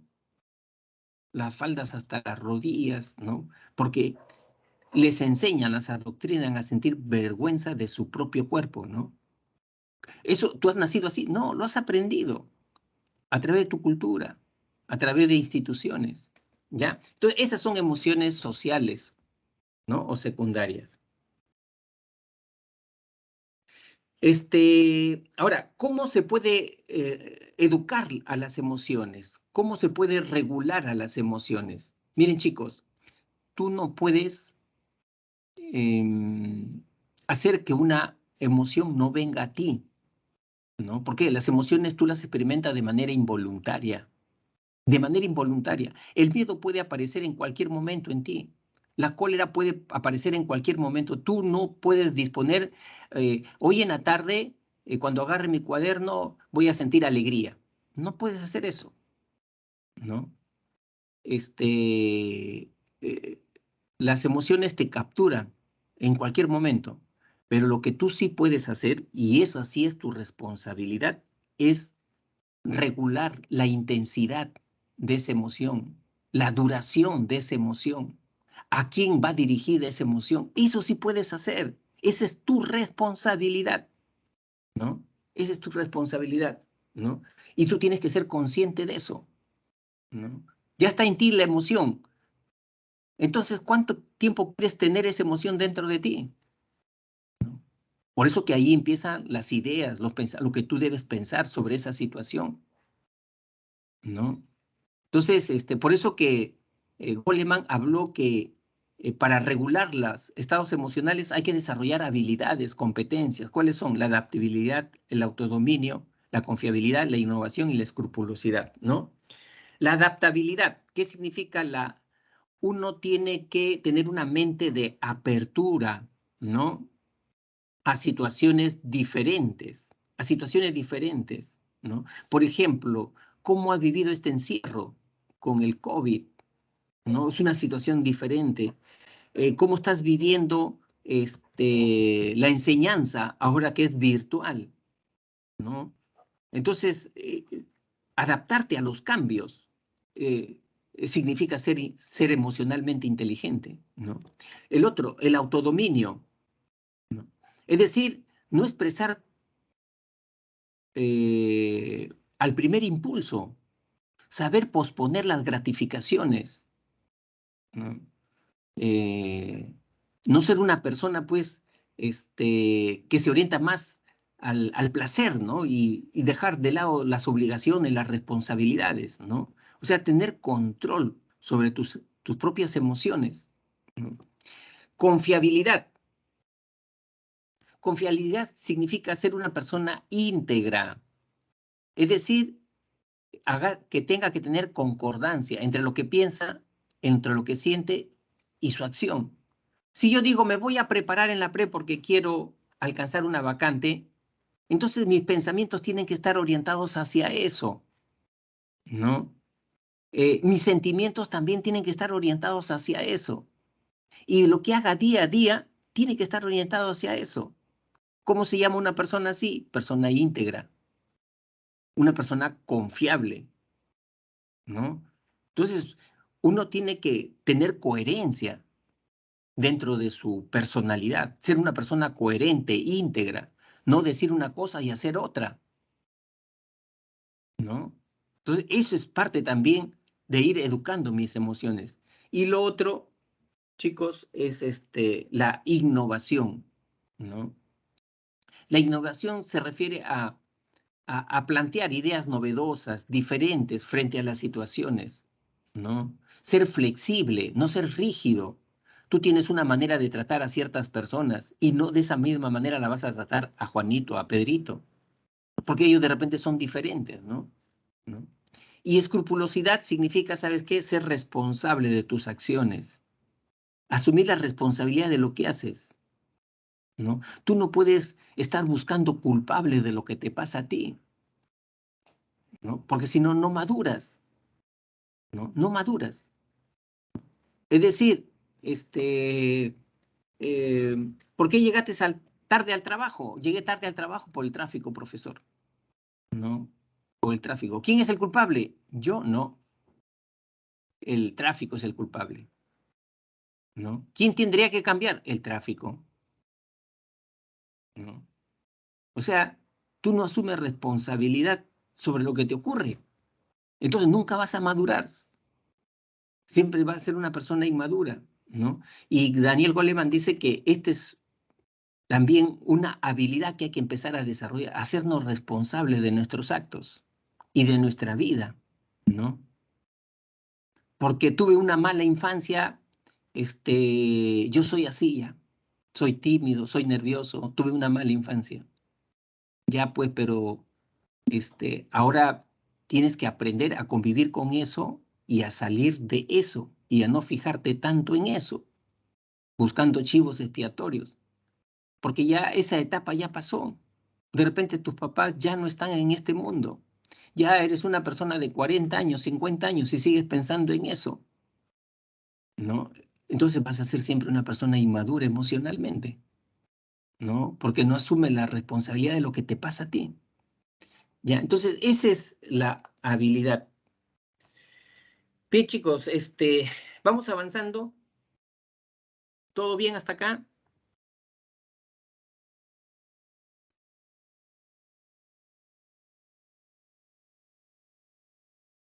Bueno, vamos avanzando porque nos falta todavía un tema y ya hemos cogido parte de la segunda hora. Ahora hablamos de motivación. Siempre ustedes reclaman que los profesores que les enseñan sean profesores motivados, ¿no? Siempre, siempre el alumno reclama eso, que venga el profesor motivado. Entonces, ¿qué cosa es motivación? O sea, con una palabra, yo podría describir cuándo una persona está motivada. ¿Cuál es esa palabra mágica? Para que yo diga, esa persona está motivada. ¿Qué tiene que tener esa persona? A ver, chicos. A ver, Yasmín, Javier, Noelia, ¿no? Isabel. ¿Qué es lo más característico de una persona motivada? Ahí está, muy bien, Alexandra. Muy bien, Pierina. ¿No es cierto, Pierina? Muy bien, Noelia. Exacto, exacto. ¿No, Caterina? Alegre. Exacto. La motivación es un entusiasmo, una energía, como la emoción, pero en cambio de la motivación, esa energía, ese entusiasmo tiene un objetivo, tiene una meta, está bien canalizada. La emoción no está canalizada. En cambio, la motivación sí. O sea, mi entusiasmo lo oriento hacia una meta, lo oriento hacia un objetivo. Entonces ahí ya toma el nombre de motivación. Ahí toma el nombre de motivación. Entonces, ¿qué cosa es motivación? Son aquellos factores que activan, que energizan y dirigen un comportamiento, ¿no es cierto? Hacia objetivos. Eso es motivación. ¿Qué los mantiene a ustedes acá en la pre estudiando? ¿No es cierto? 6 horas diarias, de lunes a sábado, por semanas. ¿Qué los mantiene? Tienen una meta, tienen una meta. Y toda esa energía se orienta hacia esa meta. Esa es motivación, ¿no? Por eso dice que este, hay muchos factores que pueden energizar a una persona, que pueden activar a una persona a la consecución de una meta. Pero el factor clave es el factor de necesidades, ¿no? El factor de necesidades. Y una necesidad, chicos, es un estado de desequilibrio, cuando tú tienes conciencia que algo te falta, que algo no tienes, ¿no? Por ejemplo, en este caso, yo como alumno tengo conciencia que hasta ahorita yo no me siento completo. Yo necesito, ¿no? Como parte de mi formación, alcanzar una carrera profesional, ¿no? Entonces, allí se presenta una sensación de desequilibrio, una sensación de carencia. Y eso es lo que hace que me impulse, ¿no? A hacer lo que yo ya estoy haciendo, ¿no? Prepararme, prepararme, ¿no? Ahora, ¿cuáles son los principales factores? Porque hay infinidad de factores motivacionales, ¿no? Hay infinidad de factores motivacionales. No hay solamente un aspecto nada más que puede motivar a un ser humano. El ser humano es complejo, es diverso. Por eso que a una persona lo pueden motivar diferentes factores. ¿Cuáles son? Por ejemplo, hay factores biológicos, ¿no? Dentro de los factores biológicos está la activación, la homeostasis, la pulsión. Es decir, cuando tú sientes hambre, eso también te motiva, ¿no? Eso también te motiva. Cuando tú sientes sueño, también eso te motiva, ¿no? Cuando hay un desequilibrio dentro de tu organismo, eso también te motiva. Factores conductuales. No debería de ser, pero hay ciertas personas que solamente factores conductuales lo motivan, como que, por ejemplo, los premios. Ya pues yo lo hago, pero ¿cuánto hay? Yo lo hago, pero ¿cuánto me toca? O sea, están pensando siempre en premios, en reconocimientos. O voy a estudiar solamente para que tener el primer puesto, para que me premien. Para eso nomás voy a estudiar, ¿no? Entonces ellos están esperando ¿qué cosa? En los reforzadores, ¿no? Otro factor motivacional es el hábito. Lo que tú haces diariamente también se convierte en fuerza. Por eso a los alumnos les dicen, fórmense el hábito de estudiar. Pónganse a estudiar siempre a la misma hora, en el mismo lugar, así no tengan ganas. En 2 semanas aparecen las ganas, ¿no? ¿Por qué? Porque ya se formó el hábito. Y cuando uno tiene un hábito, tiene una fuerza, tiene una predisposición, ¿no? Luego vienen los factores cognitivos. Cuando tú sabes lo que quieres y sabes por qué lo quieres y estás claro en eso, eso también se constituye en una fuerza. Tienes objetivos, tienes metas, tienes expectativas, tienes propósito, ¿no? Qué importante es eso, chicos, ¿no? Cuando tú ya tienes definida tu carrera, ¿no? Aquellos que no tienen todavía definida su carrera es un aspecto en contra para la motivación al estudio. Están gastando energías todavía en precisar su carrera, ¿no? diciéndose, "Uy, ¿y para qué voy a estudiar si todavía no sé ni lo que voy a estudiar, ¿no? ¿No? Entonces, eso es importante, factor motivacional. El factor afectivo, si uno tiene pasión por lo que hace, ¿cómo no va a tener una fuerza? ¿No? Si a uno le encantan esas cosas, ¿por qué no hacerlas? ¿No? Entonces, ahí interviene mucho el factor afectivo. Y el factor ético, igualmente. Acuérdense que el factor ético tiene que ver con principios, con valores. Y los principios y los valores que hacen iluminan nuestro camino. Nos dicen por dónde tenemos que ir y por dónde no tenemos que ir. Es una linternita que nos está alumbrando, ¿no? Luego tenemos el proceso motivacional. ¿Cómo se gesta una motivación? Dice que la primera etapa es el estado motivacional. ¿Y cuándo aparece el estado motivacional? ¿Cómo se despierta la motivación? Cuando hay un desequilibrio energético, con el concepto de homeostasis, o cuando tú te planteas una meta, ahí se despierta la motivación. Luego viene la segunda etapa, conducta motivada, y aparece cuando yo me encamino a restablecer la homeostasis, el desequilibrio, me encamino hacia eso. Duermo, comienzo a comer, comienzo a tomar agua, o si estoy orientado a alcanzar una vacante en la Universidad de San Marcos, me preparo, estudio, me reúno con personas que tengan esa misma orientación, compro libros, ¿no? Entonces, es ya la conducta dirigida. Y la tercera etapa es el estado de satisfacción. Y se presenta cuando yo ya recuperé el equilibrio, ya llegué a la homeostasis, ya dormí mis 6 horas, mis 7 horas, suficiente, ¿no? Y el equilibrio, en el otro, cuando se trata de objetivos y metas, ¿no? Es cuando ya alcancé, en este caso, el ingreso a la universidad, ¿no? Chicos, y el estado de satisfacción es proporcionalmente en función del reto, del desafío que tú te has planteado. Si tú te has planteado un gran desafío, un gran reto y lo logras, vas a sentir más alegría, vas a sentir más satisfacción, ¿no? No es lo mismo, por ejemplo, la satisfacción que pueda sentir la persona que llega a la cima de una montaña escalando por sus propios medios a aquella que llega en un helicóptero. No es lo mismo, ¿no? Ahora, lógicamente que no todas las conductas que nosotros observamos son conductas motivadas. El hecho que, por ejemplo, un alumno esté acá en clase no significa que está motivado para estudiar. No significa eso.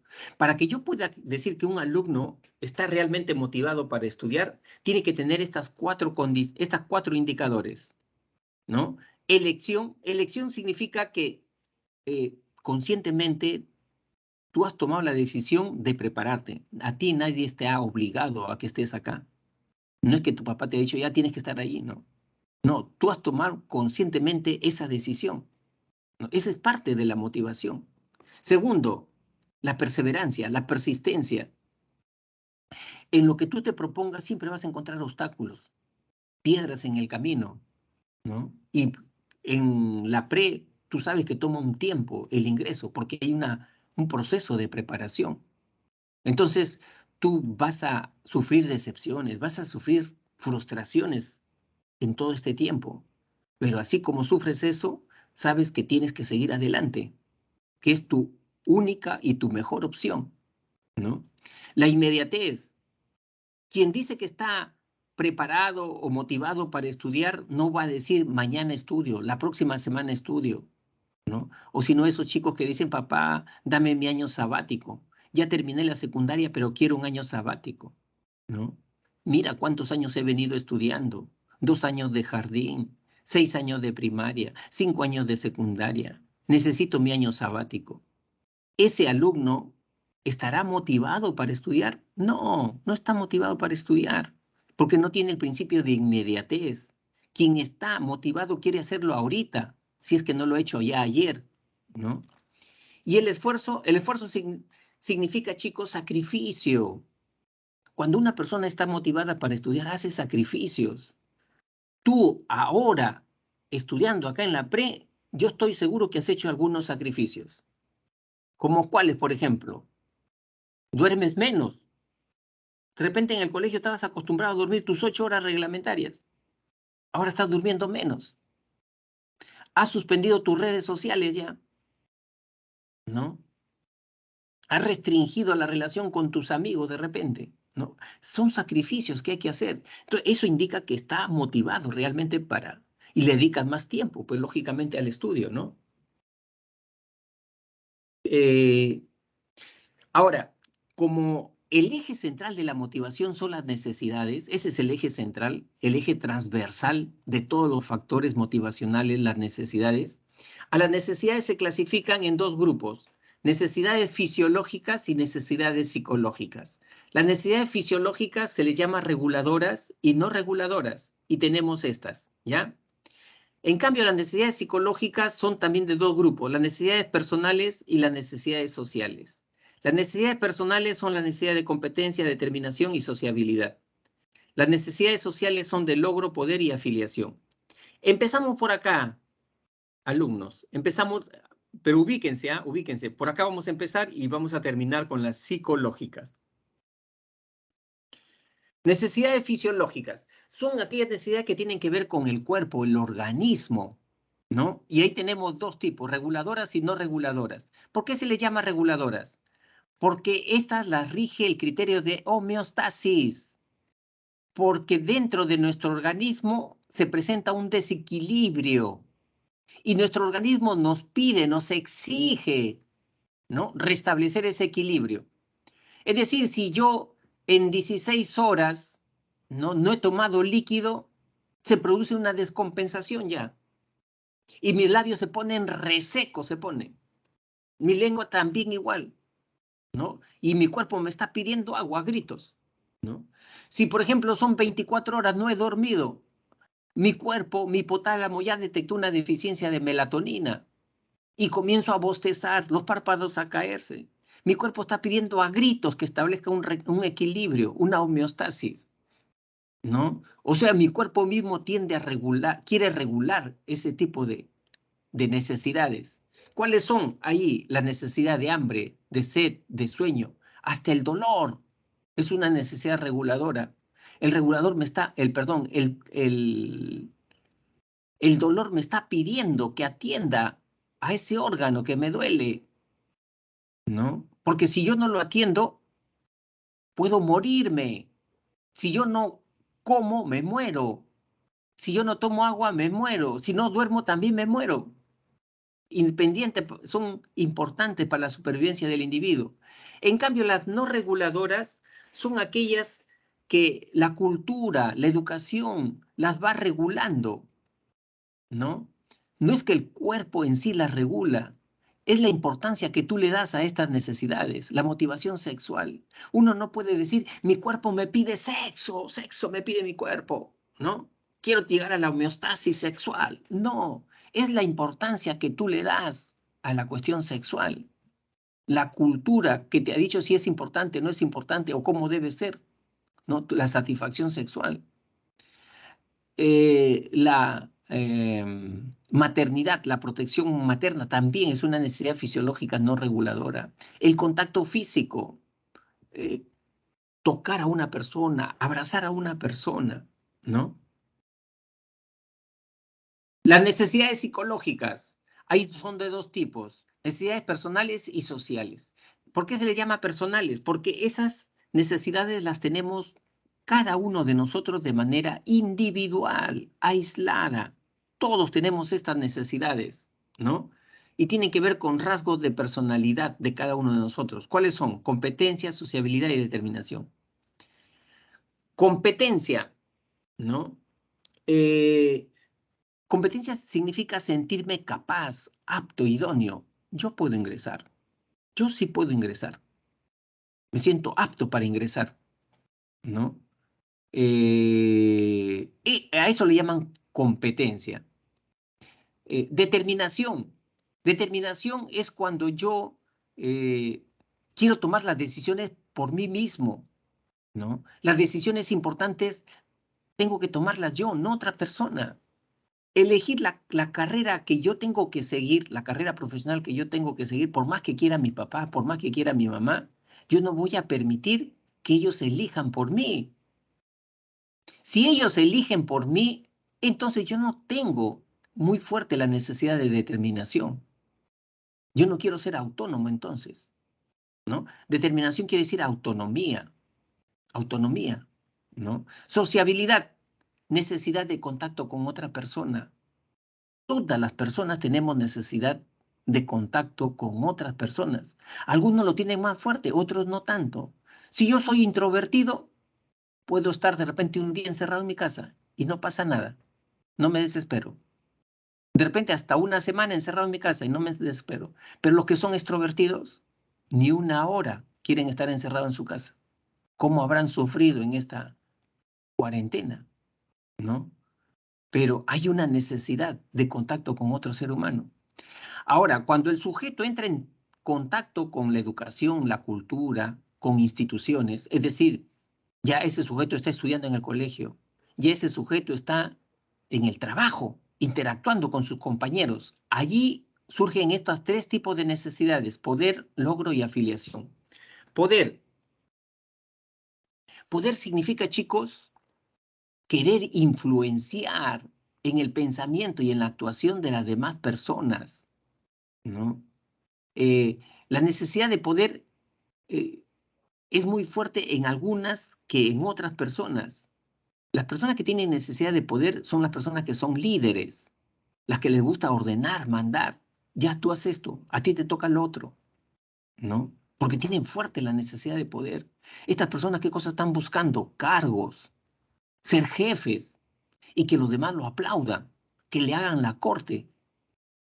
Hay carreras profesionales que requieren esta necesidad de poder muy fuerte, como que, por ejemplo, los administradores de empresas, porque trabajan con equipos de personas, los abogados, porque persuaden, convencen, quieren convencer, persuadir, tienen que tener fuerte la necesidad de poder. Los políticos, todos los políticos tienen, ellos quieren ser hasta presidentes de la República, así no tengan las condiciones, pero quieren ser presidente de la República, ¿no? Porque tienen fuerte la necesidad de poder.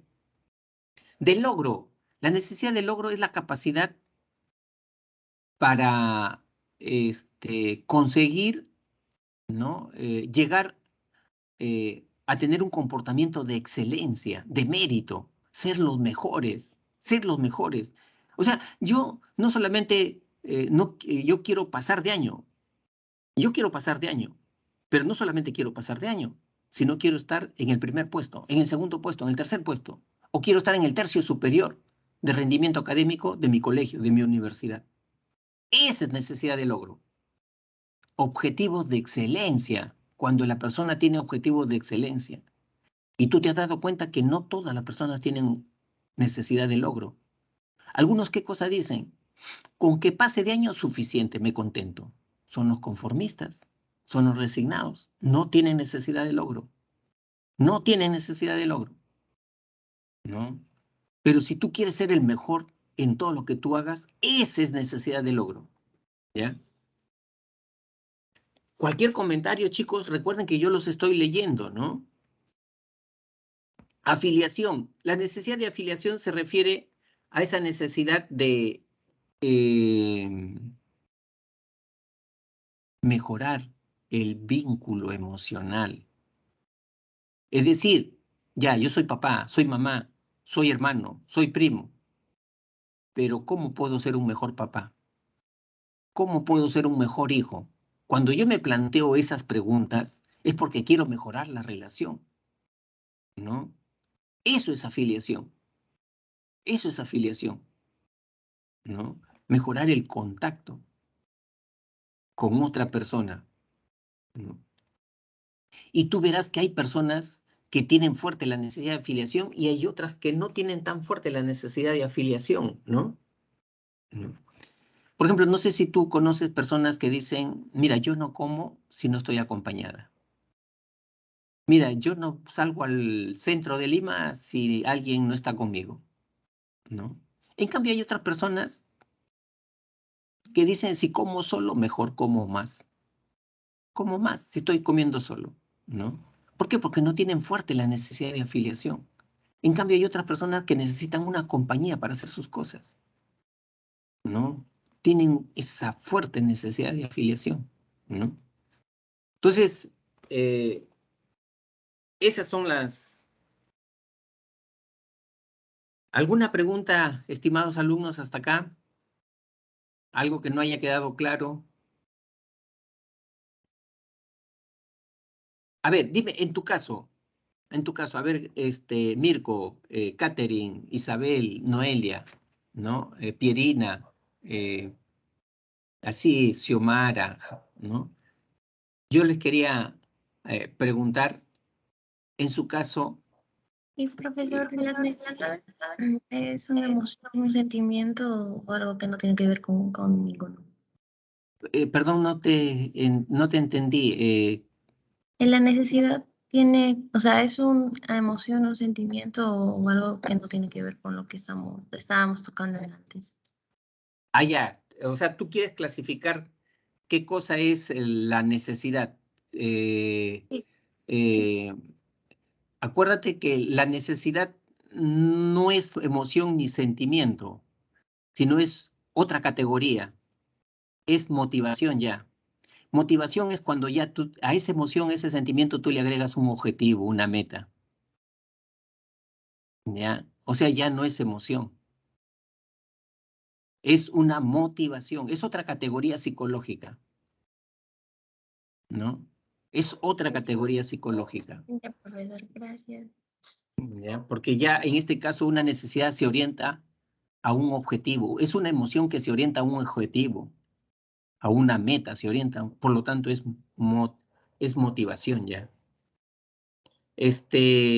No, yo lo que quería decirles a ustedes chicos, en su caso, ¿qué es más fuerte como factor motivacional o como necesidad? ¿Qué es más fuerte en ustedes? ¿Necesidad de poder? ¿Ustedes tienen necesidad más fuerte de poder? ¿Tienen necesidad más fuerte de logro? ¿O tienen necesidad más fuerte de afiliación? En su caso personal.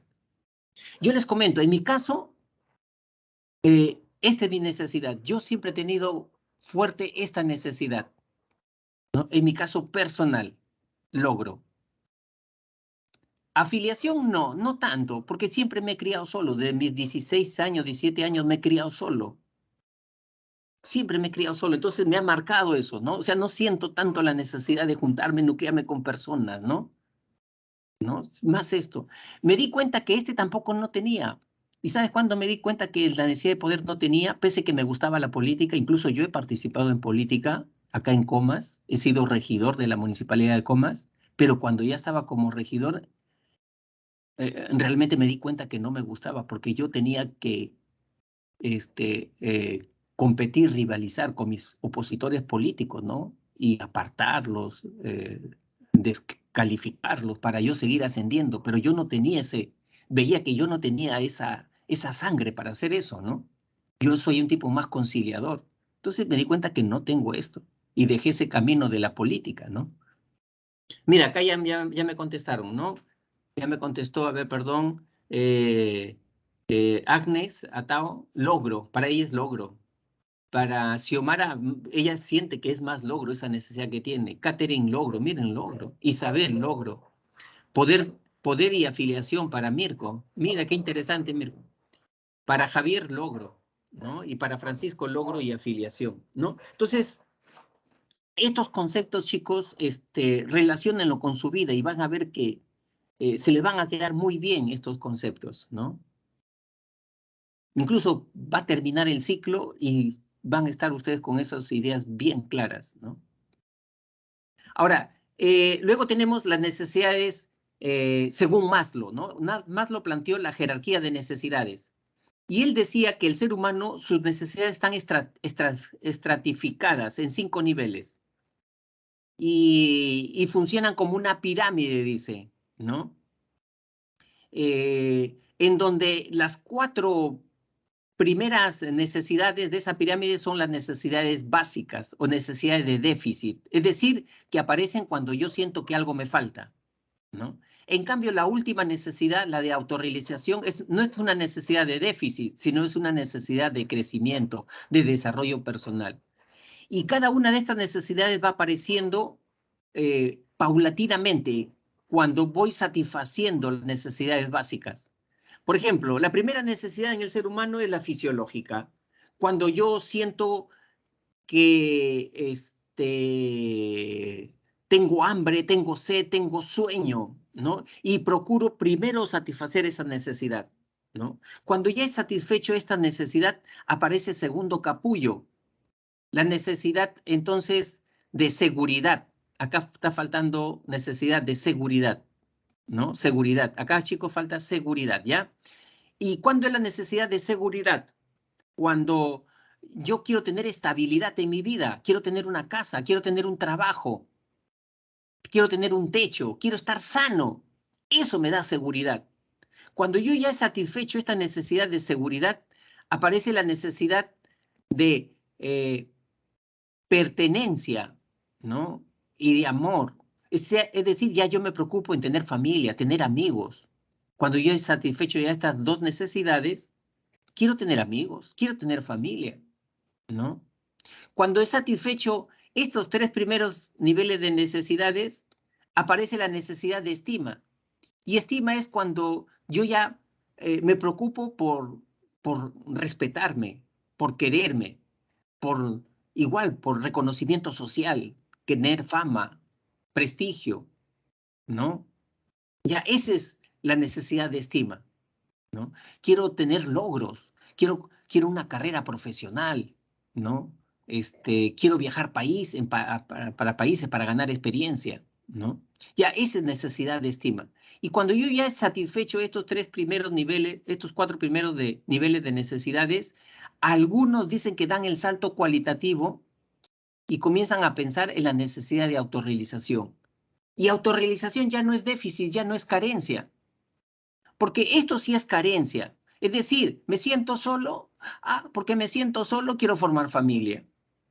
Ah, porque me siento el patito feo de mi familia, entonces quiero que me reconozcan, que me aplaudan. Entonces necesidad de estima. Estos son por déficit. Esta de acá ya no es déficit, este es desarrollo. Yo me he dado cuenta que soy talentoso en el arte, en el deporte, y desarrollo esa necesidad. Soy bueno para la investigación y desarrollo esa necesidad. Entonces, cuando yo desarrollo esa necesidad, ya soy una persona autorrealizada. Soy una persona autorrealizada, ¿no? Eso es lo que planteó Abraham Maslow, ¿no? Bien, seguimos. Luego tenemos esta otra clasificación. Dice que existen dos tipos de motivación, motivación intrínseca y motivación extrínseca. La motivación intrínseca, ¿sabes cuál es? Es aquella en la cual yo hago una actividad, pero hago esa actividad por la misma actividad. Porque esa actividad que estoy haciendo a mí me produce placer, satisfacción, por eso la hago. Porque esa actividad para mí es un reto, es un desafío, me ayuda a crecer, me ayuda a desarrollarme, ¿no? Ese es motivo. O sea, cuando yo leo por placer, ¿no? Por placer, no es porque voy a dar un examen, ¿no? No es porque me han dado un trabajo de leer justamente eso. No, no, no, no. Yo no hago eso yo lo hago porque quiero conocer, quiero saber, quiero convertirme en un experto en ese tema y siento placer al leerlo. Entonces, eso es motivación intrínseca. En cambio, la motivación extrínseca, como su nombre lo dice, es por un factor externo. O sea, yo leo, ¿sabes por qué leo? Para pasar de año, para aprobar. Para eso leo nada más, ¿no? Yo leo para que mi papá ya no me fastidie, ¿no? Que me esté diciendo a cada rato, oye, lee, lee. Para eso, para que mi papá no me fastidie. O sea, tú no lees por la misma actividad, sino para evitar o para ganar un factor externo, ¿no? Eso es motivación extrínseca. Por lo tanto, en el estudio, chicos, ¿quién es el que llega más lejos? ¿La motivación intrínseca o la motivación extrínseca? Lógicamente, la motivación intrínseca. Cuando tú escoges una carrera y escoges esa carrera por motivación intrínseca y por motivación extrínseca, vas a ver las diferencias enormes, ¿no? El que tiene motivación extrínseca en el primer obstáculo, deserta. En el primer obstáculo. Quiero estudiar medicina porque eso me da prestigio. Motivación extrínseca. Empieza su preparación. Ya al primer año ya está desertando. De preparación nada más. Ya está desertando, ¿no? O cuando está en la universidad, cada vez más complejos los cursos, ya deserta. Porque tiene motivación extrínseca. La que te permite llegar más lejos en la vida, en todo lo que tú emprendas, es la motivación intrínseca, ¿no? Es la que tú debes desarrollar ahorita para tus estudios, motivación intrínseca, ¿no? Bien, empezamos con... ¿Alguna pregunta, chicos? Si no, para empezar con nuestra práctica. ¿Algo que no haya quedado claro, por favor?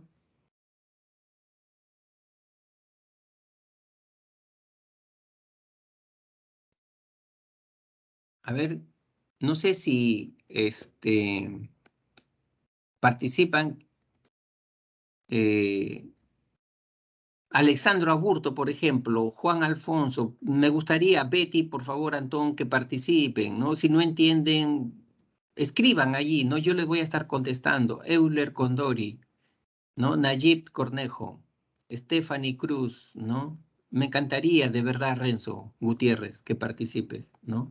Julio Guamán, para ver si van entendiendo, ¿no? De repente no están entendiendo y tienen vergüenza de decir no entiendo, porque de repente ahí otros dicen yo sí lo entiendo, ¿no? Jovita López, ¿no? Aarón Lobatón, por favor, Fiorella, participen, chicos, participen. Cualquier duda que tengan, ¿no? Bien, entonces, empezamos con nuestra práctica, ¿ya? Dice así, estando en clases presenciales en el piso más alto de la universidad se produjo un movimiento telúrico. Laura salió corriendo, desesperada, gritó temblor, ¿no? Ya ustedes están imaginando, seguro acá me quieren ver cómo clasifico esta reacción, ¿no? ¿Cómo clasifico esta reacción? En cambio, Cristina se quedó petrificada, casi no podía respirar y sentía como su corazón latía rápidamente. Ya, lo fisiológico está primando acá, lo fisiológico. Ya ustedes se tienen que ir adelantando o presuponiendo. En el primer caso se evidencia componentes, me están pidiendo componentes, acuérdense, componente cognitivo subjetivo, componente conductual expresivo, componente adaptativo fisiológico, componente me está pidiendo, ¿no? De las emociones llamado, ¿no? En el primer caso, corrió, conductual, corrió, eso es conductual, conductual expresivo, ¿no? Mientras que en el segundo caso se mencionaba el componente, latía el corazón con fuerza, no podía respirar. Ya respondieron Noelia, Yasmín, Catherine, Isabel, Mirko, ¿no? La C nos dicen, correcto, ya lo encontraron, ¿no? Es la C, ya. La 2. Cada vez que Lucrecia veía a Rodrigo cuando volvía de un largo viaje, su corazón palpitaba con más velocidad e iba corriendo a abrazarlo. Sin embargo, ahora que ya lo tiene a su lado y al verlo llegar de trabajar, su reacción no es la misma. Ella se caracteriza por ser una persona alegre, pero últimamente despierta malhumorada. Del presente caso señale lo correcto respecto a los estados afectivos. Me está pidiendo clasificar según los estados, ¿se acuerdan? Emoción, sentimiento, estado de ánimo y pasión. La reacción de Lucrecia al ver llegar a Rodrigo era una emoción, ¿no? Su corazón palpitaba. Acuérdense que la emoción tiene un alto componente corporal, gestual, fisiológico. Entonces, esto está experimentando Lucrecia. Por lo tanto, sí califica como emoción. 2, la expresión que ella manifiesta al verlo llegar de trabajo es una pasión. No es una pasión. Esto no es una pasión, ¿no? Acuérdense que una pasión no es de un momento, no es de un ratito. Una pasión es de toda una vida, ¿no? Es intensa. Las personas intensas tienen pasiones. Despertar malhumorada corresponde a un estado de ánimo de Lucrecia. Correcto, nadie le ha hecho nada para que se despierte así. Es como ella se siente consigo misma así, se siente así, renegada consigo misma, ¿no? Y por lo tanto eso califica como un estado de ánimo. Entonces la respuesta correcta, como ya lo ha señalado Javier, Yasmín, Noelia, Francisco, Catherine, Isabel, Mirko, ¿no? Es la D. La D. Así les van a venir las preguntas, chicos, para que ustedes logren identificar, ¿no? La 3. En su infancia, durante la lluvia, en su natal Yurimaguas, Martín se llenaba de energía y reía al correr desnudo. Ahora, como ingeniero, cuando se encuentra con familiares, le recuerdan este hecho y él se sonroja y cambia de tema. Lo descrito de la infancia de Martín se relaciona con una emoción que es clasificada como, mientras que actualmente esos recuerdos que lo podemos asociar con una emoción, acá ya nos están pidiendo clasificar, acuérdense, clasificar como emoción primaria y secundaria, ¿no? Como emoción primaria o secundaria.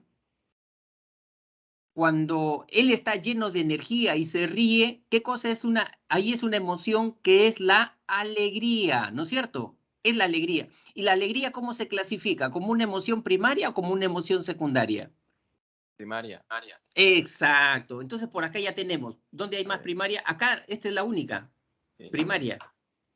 Y lo otro, cuando le hacen recordar eso y él dice, ¿no? Se sonroja de que bailaba desnudo, ¿no?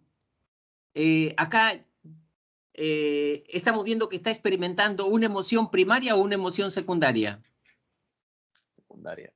Secundaria. Entonces, perfecto, tenemos la B, ¿no? Tenemos la B. ¿Qué pasó acá? Ya sé, no sé por qué se ha... Ya, bueno, anoten acá, chicos, la B, ¿no? No sé por qué se ha ido la B. Seguimos.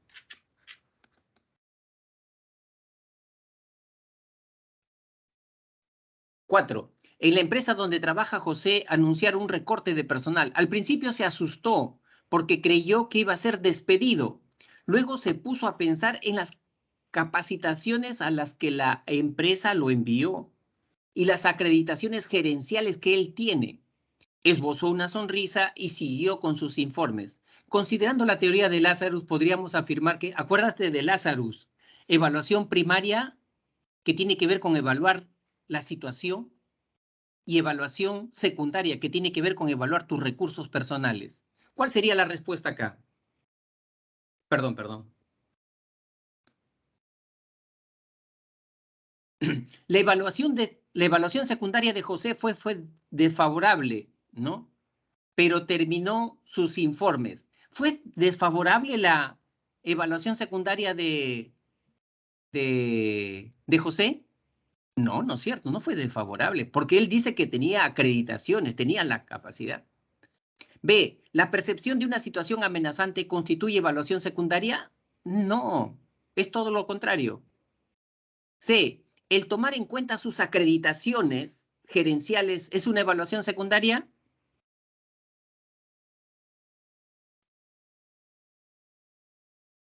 A ver, chicos.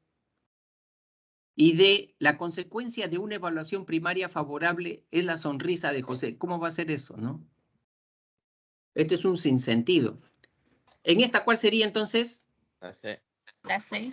La C, muy bien. Sería la C. Perfecto. Entonces ya entendieron. ¿Ya? Entendieron.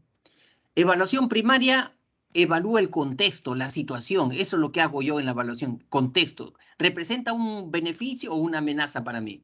Y evaluación secundaria, yo como frente a esa situación. ¿Tengo habilidades? ¿Tengo talentos? ¿Tengo recursos para enfrentarme a esa situación? Esa es evaluación secundaria. Muy bien, tómenle captura de pantalla al solucionario de la práctica, por favor. Y bueno, me despido, estimados alumnos, esperando que realmente les haya explicado muy bien este contenido, ¿no? Cualquier duda que tuvieran más adelante con las preguntas, por favor entren al multichat, ¿no? Exploten ese servicio también que da la PRE, ¿no? No tengan ningún reparo, ¿no? Acá tenemos, por ejemplo, este es el horario de atención psicopedagógica, pero también hay del multichat, ¿no? Muy bien, un abrazo y muchas gracias también al señor tutor, a Juanito, por haberme dado estos minutos adicionales. Un abrazo, chicos. Nos vemos hasta la próxima semana. Bueno, nos vemos, ¿ya? Hasta la próxima semana. Chao, Magdiel, nos vemos. Igualmente, Xiomara.